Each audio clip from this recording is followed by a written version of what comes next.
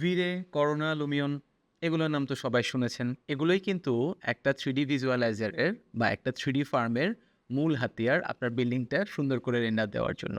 আজকে কথা বলবো অ্যাজ এ ক্লায়েন্ট অথবা অ্যাজ এ ডেভেলপার আপনার আসলে 3D নলেজটা থাকা প্রয়োজন কেন? মানে ঘাবড়াবার কিছু নেই, এমন না যে আপনাকে 3D তে এফিশিয়েন্ট হতে হবে, আপনাকে নিজেই 3D করতে হবে, ব্যাপারটা সেরকম না। তবে কিছু আইডিয়া যদি 3D সফটওয়্যারগুলো সম্পর্কে আপনি জেনে নিতে পারেন বা বেসিক কিছু ধারণা যদি আপনি জানতে পারেন, তাহলে সুবিধা যেটা হবে 3D অ্যানিমেটর অথবা 3D রেন্ডারের সাথে কমিউনিকেশনের সময় না আপনার অনেক বিষয় আসলে ইজি হয়ে যাবে। অনেক সলিউশন আসলে আপনি নিজেই বলতে পারবেন। আপনার কাজের প্রোগ্রেসটাকে আপনি মনিটর করতে পারবেন। 3D ডিজাইনার প্রপারলি কাজ করছে কিনা অথবা 3D ডিজাইনার আসলে কি বলতে চাচ্ছে, প্রবলেমটা কোথায়, এই বিষয় আসলে ধরতে পারবেন। অনেক সময় আমরা দেখতে পারি কি একটা বিল্ডিং রেন্ডার হতে আসলে প্রচুর সময় লেগে যাচ্ছে। তো আপনার মাঝে মাঝে অ্যাজ এ ক্লায়েন্ট মনে হতে পারে যে এত সময় লাগার তো আসলে কিছু নাই। আবার এমন হয় মাঝে মধ্যে যে 3D ডিজাইনার আসলেই হয়তো একটু ফাঁকিবাজি করছে। তো এই জিনিসটাকে মনিটর করার জন্য কিন্তু আপনার একটা 3D ল্যাঙ্গুয়েজ বা 3D টেকনিক্যাল ওয়ার্ডগুলো আসলে জানা দরকার এবং সবচেয়ে মজার ব্যাপার হচ্ছে যে 3D রেন্ডার বা 3D মডেলিং কোন সফটওয়্যারে হয় এগুলো যদি আপনি জানতে পারেন তাহলে কিন্তু বেশ ইজি হবে আপনার জন্য।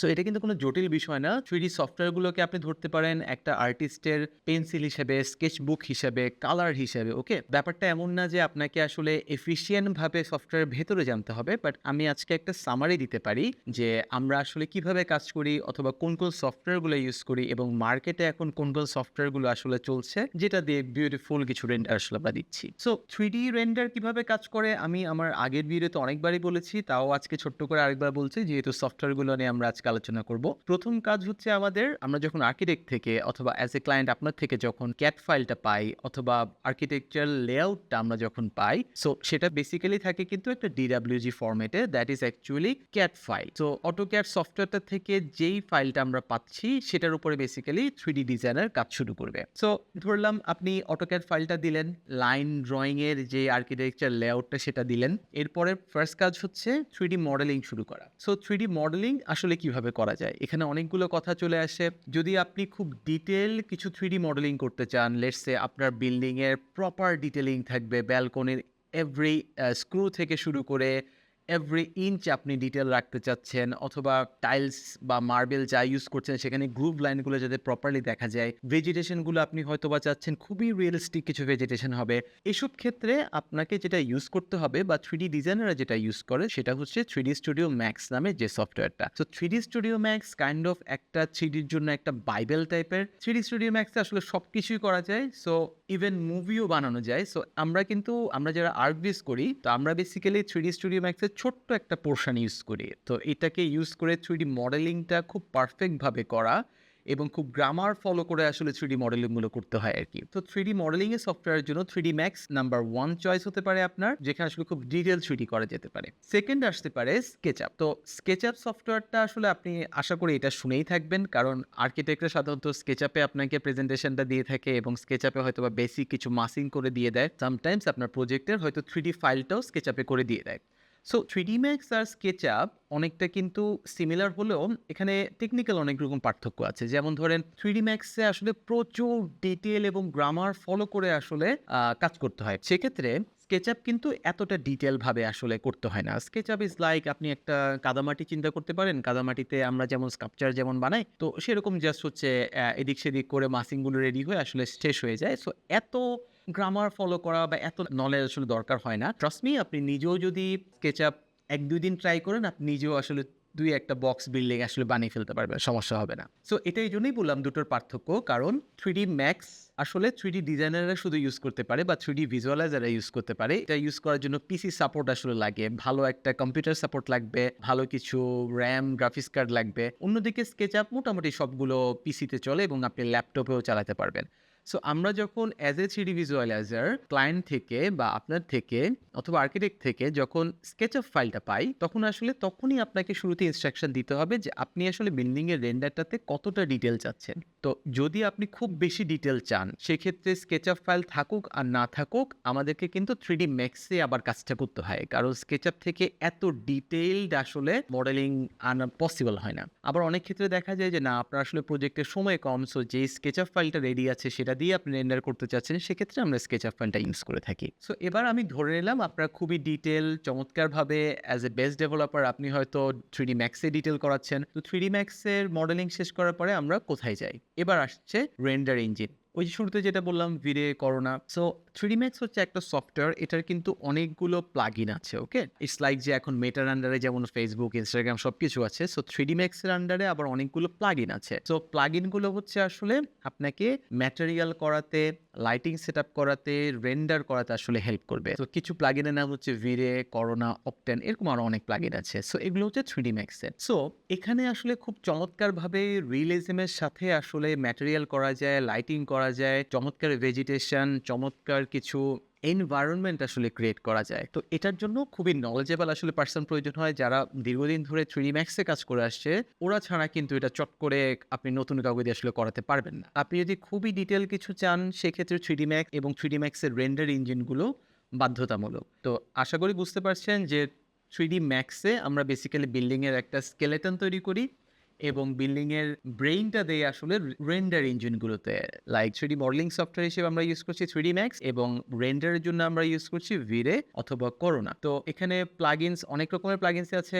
তো যারা ডিটেইলস একটু জানেন তারা অনেক সময় প্রেফার করে দেন যে আমার করোনা রেন্ডার লাগবে, লেটস সে আমার ভিরে রেন্ডার লাগবে। এভাবে করে আসলে প্রেফারেবল থাকে। সো আপনারা অনলাইন সার্চ করলে আসলে কোয়ালিটিগুলো দেখতে পারবেন কেমন কোয়ালিটি। তো নেক্সট টাইম আপনি 3D ভিজুয়ালাইজারকে হয়তো বলার সময় বলতেই পারেন যে আমার আসলে ভিরের কোয়ালিটি লাগবে অথবা আপনার করোনার কোয়ালিটি লাগবে। এরপর আসছে অ্যানিমেশনের ক্ষেত্রে। সো অ্যানিমেশনের ক্ষেত্রে আবার রাস্তাগুলো ভাগ হয়ে যায়। যেমন ধরেন আপনি 3D Max এ 3D মডেলিং করালেন, এরপরে আমরা অ্যানিমেশন অনেকগুলো সফটওয়্যার করতে পারি। এখানে আসলে সময়টা ইম্পর্টেন্ট। যেমন আপনি যদি খুব ডিটেইল অ্যানিমেশন চান, খুবই রিয়েলিস্টিক অ্যানিমেশন চান, যেখানে গাছের পাতা নড়বে, পাখি উড়বে এবং হচ্ছে সত্যিকারের লাইটিং এর মতো আসলে, মানে যেটা দেখে হলো পার্থক্য বোঝা যাবে না যে এটা কি রিয়েল ছবি নাকি এটা ভিডিও করলো নাকি এটা হচ্ছে সফটওয়্যারে করলো, কোনো পার্থক্যই যেখানে বোঝা যাবে না। তো এরকমের জন্য, এরকম রেন্ডারের জন্য বা এরকম অ্যানিমেশনের জন্য আসলে আমরা 3D Maxটাকে ইউজ করি। লেটস সে করোনাতে তো আমরা স্টিল ইমেজ নিয়ে কথা বললাম, রেন্ডার নিয়ে। তো করোনাতে কিন্তু অথবা ভিরেতে কিন্তু অ্যানিমেশনও করা যায়, লাইক ভিডিও আউটপুটও আসলে দেওয়া যায়। তো সেক্ষেত্রে আসলে 3D Max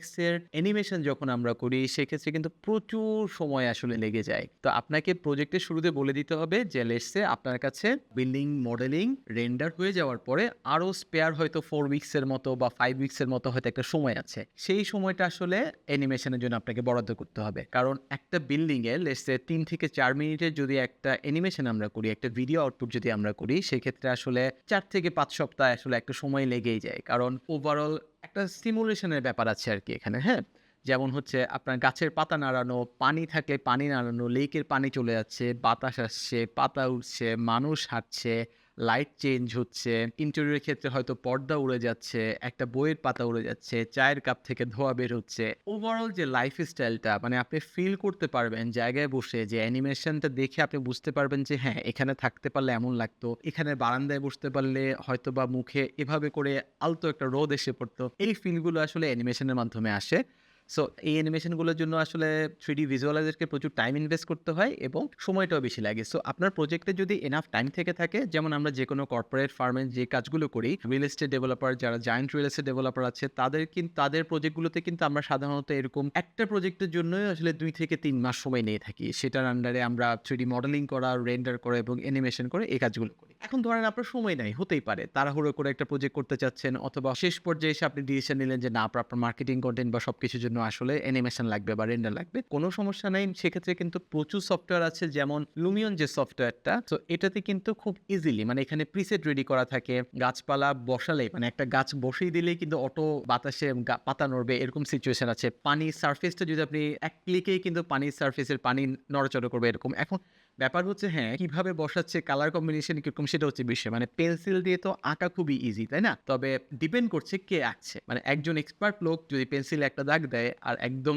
নভিস লোক যদি পেন্সিলে দাগ দেয়, ২ টা যেমন ডিফারেন্ট, সেরকম সফটওয়্যারগুলো ইজি। তবে ডিপেন্ড করছে আসলে আপনি কাকে দিয়ে কাজ করাচ্ছেন এবং কে কাজটা করছে, কার এক্সপেরিয়েন্স আসলে কত। সো 3D Max এ মডেলিং এর পরে অথবা ইভেন SketchUp এ মডেলিং এর পরে আপনি যদি খুব তাড়াতাড়ি ফাস্ট কোনো আউটপুট চান তাহলে আসলে Lumion রেন্ডারে যেতে পারেন, অথবা এখন মার্কেটে খুব জনপ্রিয় হচ্ছে D5।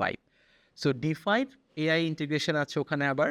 সো Lumion এবং D5 এ আপনি খুব তাড়াতাড়ি করে ৩ থেকে ৪ মিনিটের অ্যানিমেশন দেখা যায় আপনি 2 উইকসে আসলে নামিয়ে ফেলা পসিবল, এবং কোয়ালিটি যে আসলে এত খারাপ আসে তা না, বেশ ভালো কোয়ালিটি আসে। তবে 3D Max এর কোয়ালিটিটা হচ্ছে কাইন্ড অফ ওয়ার্ল্ড ক্লাস, এবং ওখানে আসলে আপনার স্কোপ অনেক বেশি। লেটস সে আপনি ড্রোন ফুটেজ মার্চ করতে চাচ্ছেন। ঢাকা শহরের একটা ড্রোন ফুটেজের মধ্যে আপনি হয়তোবা আপনার বিল্ডিংটা বসিয়ে বাকি জায়গাগুলো রিয়েল দেখালেন, কিন্তু আপনার বিল্ডিংটা 3D ভাবে উঠছে এভাবে যদি দেখাতে চান, সেক্ষেত্রে আসলে আপনাকে 3D Max somehow ইউজ করতে হবে। আবার যদি আপনি অ্যাজ ইট ইজ কিছু ওয়াক থ্রু দেখাতে চান, আপনি প্রজেক্টের ওভারঅল ওভারভিউ দেখাতে চান, বেসিকভাবে ম্যাটেরিয়ালগুলো বোঝাতে চান এবং লাইফস্টাইল দেখাতে চান, সেক্ষেত্রে তাহলে আপনি Lumion এবং D5 ইউজ করতে পারবেন, যেটাও আপনার আসলে পারপাসটা ফুলফিল করবে। এবার আসছি যেটা নিয়ে আসলে কেউই কথা বলতে চায় না, খুবই আন্ডাররেটেড একটা টপিক, সেটা হচ্ছে পোস্ট প্রসেসিং। তো পোস্ট প্রসেসিং এজন্য বলে রাখলাম কারণ আপনি হয়তো 3D ভিজুয়ালাইজের সাথে যোগাযোগ করছেন, আপনি দেখছেন যে আপনার মডেলিং রেডি, রেন্ডারও রেডি, অ্যানিমেশনও রেডি, কিন্তু 3D ভিজুয়ালাইজার আপনাকে রেন্ডার জমা দিচ্ছে না, অ্যানিমেশন জমা দিচ্ছে না। ঘটনাটা কি? আপনার মনে হতে পারে যে কি ফাঁকি দিচ্ছেন না। এখানে আসলে খুবই গুরুত্বপূর্ণ একটা ব্যাপার, সেটা হচ্ছে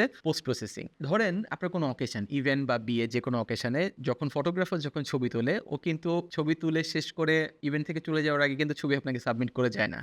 সে হয়তোবা সপ্তাহখানেক, ইভেন মাসখানেকও সময় নিতে পারে ছবিগুলো রিটাচ করতে, কালার কারেকশন করতে, কোনো আনপ্লেজেন্ট অবজেক্ট যদি ছবির মাঝখানে চলে আসে সেগুলোকে এডিট করতে। এই টাইপের কিন্তু প্রচুর আসলে সে কাজ করে থাকে। আমরা স্টিল ইমেজের ক্ষেত্রে যেটা হয়, সাধারণত যেটা করি আমরা, ধরেন এক্সাম্পল দিচ্ছি আমি, আমরা স্কাইটা আসলে বসাই না। স্কাইটা আমরা পরবর্তীতে পোস্ট প্রসেসিং এ বিল্ডিং এর আলোর সাথে ম্যাচ করে, লাইটিং এর সাথে ম্যাচ করে আমরা প্রপার একটা স্কাই বসাই। অনেক সময় ক্লায়েন্টকে দেখাই যে আমি একটা ব্লুজ ফ্রেশ স্কাই দিচ্ছি, এটা কি ভালো লাগছে? অথবা ক্লায়েন্ট যদি বলে না আপনি একটু ডার্ক কিছু দেন, দেন আমরা দেখা যায় মেঘলা একটা স্কাই দিচ্ছি, অথবা দেখা যায় ভর দুপুরের স্কাই দিচ্ছি, বা সকালবেলা স্কাই দিচ্ছি, অথবা সন্ধ্যার সময় স্কাই দিচ্ছি। সবকিছুর সাথে কিন্তু লাইটিং রিলেটেড, এবং পরবর্তীতে আমরা পোস্ট প্রসেসিং কি করছি সেটা রিলেটেড। এরপর আসছে যে আপনি দেখতে পাচ্ছেন যে হ্যাঁ, আপনার বিল্ডিং এ গাছপালা, ভেজিটেশন সবই ঠিক আছে, কিন্তু মনে হচ্ছে যে আমি যদি ব্যালকনি থেকে যদি কিছু গাছ ঝুলতো, অথবা হচ্ছে মানুষ যেগুলো বসিয়েছি আমরা, বা বিল্ডিং এর সামনে যে গাড়ি চলাচল করছে সেগুলো আসলে ডিস্ট্রাকশন ক্রিয়েট হচ্ছে, তখন সেটাকে আমরা যেটা করি সেখানটা মোশনের আন্ডারে নিয়ে যাই। লেটস সে গাড়ি চলে গেল, কিন্তু গাড়ির লাইটটা হচ্ছে একটা সুন্দর মতো করে একটা ট্রেইল ছেড়ে গেল, যে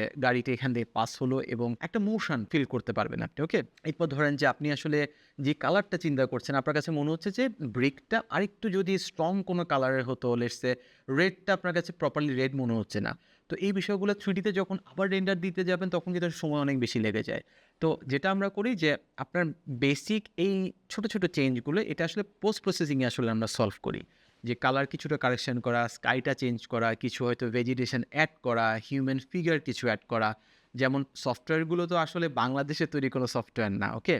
সো এখানে যে ডিফল্ট লাইব্রেরিগুলো থাকে সেখানে কিন্তু সবই বিদেশি মানুষ, বিদেশি গাছপালা থাকে। তো অনেক সময় আমরা দেশি মানুষ, দেশি গাছপালা বসানোর জন্য যেটা করি, পোস্ট প্রসেসিং এ ম্যানুয়াল ভাবে বিষয়গুলোকে অ্যাড করি। এরপর চলে আসছে অ্যানিমেশন বা ভিডিওর ক্ষেত্রে। তো অ্যানিমেশন বা ভিডিওর ক্ষেত্রেও কিন্তু আপনার কালার কারেকশন করা দরকার, ওভারঅল প্রসেসটা ঠিক করা দরকার, এবং অ্যানিমেশন সবচেয়ে মজার হচ্ছে স্টোরি বোর্ড। মানে একটা বিল্ডিং এর অ্যানিমেশন আপনি যারা দেখেছেন তারা দেখবেন যে রেন্ডারটা আসলে শুরু হয় কিভাবে। লেটস সে যে আমরা হয়তো একটা জায়গায় আপনি দেখলেন যে সূর্য সানরাইজের একটা দৃশ্য দেখা যাচ্ছে, এরপর হচ্ছে গাছের পাতা নড়ছে, এরপর হচ্ছে আমরা ইন্টেরিয়রের ছোট্ট কোনো পোর্শন হয়তো একটু মোশন ব্লার ইউজ করে, ক্যামেরা ব্লার ইউজ করে আমরা দেখাচ্ছি যে জায়গাটা হচ্ছে এমন লাগছে। একটা মিস্ট্রি রাখা, একটা সিনেমেটিক কিছু কনসেপ্ট রাখা।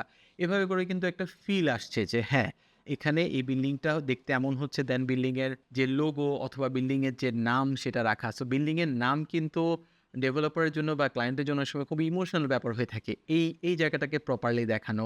এরপর ধরেন ওভারঅল যে এরিয়াটা আছে সেটাকে কোন শট আসলে কোনটার পরে আসবে, এই জিনিসগুলো কিন্তু পোস্ট প্রসেসিং এর আন্ডার পড়ে। ধরেন আপনি বিল্ডিং এর শুরুতেই দেখিয়ে দিয়েছেন নাইট শট, এরপর হঠাৎ করে দুপুরের শট দেখলেন, এরপর হঠাৎ করে দেখলেন বৃষ্টির শট, এগুলো কিন্তু মেক সেন্স করবে না। এটা কিন্তু পোস্ট প্রসেসিং যে করছে, সিনেমাটোগ্রাফার যে আছে এখানে, সে আবার জিনিসটাকে অ্যাডজাস্ট করে এবং এর সাথে একটা সুদিং একটা মিউজিক দেয়, সামটাইমস পাখির আওয়াজ, বাতাস হচ্ছে সেটার আওয়াজ, পানির আওয়াজ, ওভারঅল এনভায়রনমেন্টটা মানে it's like a movie, okay?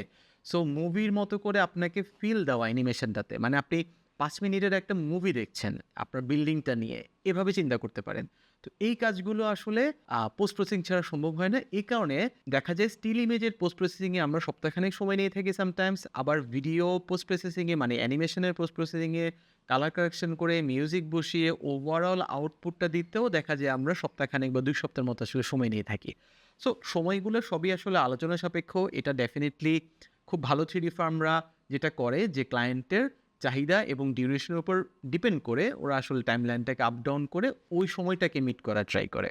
So এই হচ্ছে ওভারঅল একটা ল্যাঙ্গুয়েজ। সো আপনারা জানলেন যে 3D Max কি, 3D Max এর রেন্ডার ইঞ্জিনগুলো কি, V-Ray, Corona এটসেট্রা এবং হচ্ছে অ্যানিমেশনের জন্য কি ইউজ করা হচ্ছে Lumion, D5, even 3D Studio Max এবং পোস্ট প্রসেসিং এর জন্য কিছু সফটওয়্যার নাম বলে দিতে পারছি যে স্টিল ইমেজ পোস্ট প্রসেসিং এর জন্য আমরা ইউজ করি Photoshop। কিছু আপনার যদি টেক্সট এবং লোগো বেস কিছু কাজ থাকে তাহলে আমরা ইউজ করি ইলাস্ট্রেটর এবং হচ্ছে আপনার ভিডিও এডিটিংয়ের জন্য সাধারণত Adobe Premiere Pro, After Effects অথবা DaVinci Resolve এই সফটওয়্যারগুলো আমরা ইউজ করি। সো আপনি যখন ক্লায়েন্ট আপনাকে জানবে এবং আপনিও ক্লায়েন্টকে বুঝবেন এবং সফটওয়্যারগুলো কীভাবে কাজ করে সেটাও আপনি জানবেন। আপনার কী সুবিধা হচ্ছে আপনি টাইম ফ্রেমটা বুঝতে পারছেন। ক্লায়েন্ট যখন বলবে আমি 3D Max এ কাজ করছি, আপনি বুঝতে পারবেন ওকে যে আপনার আসলে প্রজেক্টটা ভালো হবে তবে একটু সময় লাগবে। আবার ক্লায়েন্ট যখন বলবে Lumion এ কাজ করছি তখন কিন্তু আপনি বলতে পারবেন যে ওকে Lumion এ কাজ করতে তো এত সময় লাগে না। আপনি চট করে দিয়ে দিতে পারছেন আমাকে। এই ধরনের কথা আপনি কমিউনিকেশন কিন্তু আপনি করতে পারবেন ক্লায়েন্টের সাথে। আবার এখানেও কথা আছে ধরেন যে Lumion বা D5 এ কাজ করাটা ইজি হলেও যদি আপনার প্রজেক্ট খুবই কমপ্লিকেটেড হয় সেক্ষেত্রে কিন্তু আসলে ওই যে কমপ্লিকেসি মেইনটেইন করে কিন্তু খুব ডিটেইল করতেও আসলে সময় লেগে যায়। তো এগুলো সবই আসলে ম্যানুয়াল। বাট একটা বেসিক আইডিয়া থাকলে আপনার কমিউনিকেশনটি ইজি হচ্ছে, বাজেটটা ফিক্স করতে ইজি হচ্ছে এবং হচ্ছে আপনি প্রজেক্টের টাইমলাইনটা বুঝতে পারছেন আসলে এবং কোয়ালিটি বুঝতে পারবেন যে দিন শেষে সারপ্রাইজ হবেন না যে এটা কেমন কোয়ালিটি আসলো বা এরকম কেন আসছে। প্রতিটা সফটওয়্যারেরই কিছু লিমিটেশন থাকে। সো আপনি সফটওয়্যারগুলো যখন জানবেন, আপনি জানবেন যে আপনার আল্টিমেটলি কোয়ালিটিটা আসলে কেমন হচ্ছে, একটা প্রিপারেশন থাকবে। ওকে? সো শেষ কথা হচ্ছে এমন যে 3D ভিজুয়ালাইজেশন শুধু আসলে 3D আর্টিস্টের কাজ না, এটা আসলে একটা টিম ওয়ার্ক। মানে ক্লায়েন্ট সহ, 3D টিম সহ, প্রজেক্ট ম্যানেজার সহ, আর্কিটেক্ট সহ সবাই সহ আসলে একটা টিম ওয়ার্ক যেখানে আসলে বেসিক নলেজটা জানাটা খুব ইম্পর্ট্যান্ট এবং হচ্ছে বেসিক ওয়ার্ক ফ্লো প্রসেসটা জানাটা ইম্পর্ট্যান্ট। তাহলে যেটা হয় যে ওভারঅল আমরা একটা টিমের মতো কাজ করে সুন্দর একটা বিল্ডিং রেন্ডার, সুন্দর একটা অ্যানিমেশন আপনাদেরকে দিতে পারি। 3D অ্যানিমেশন, 3D রেন্ডার সম্পর্কে, 3D ওয়ার্ল্ড সম্পর্কে যদি কিছু জানার থাকে তাহলে আমাদের ফেসবুক পেজে আসতে পারেন এবং আমাদের ইউটিউব ভিডিওগুলো দেখতে পারেন।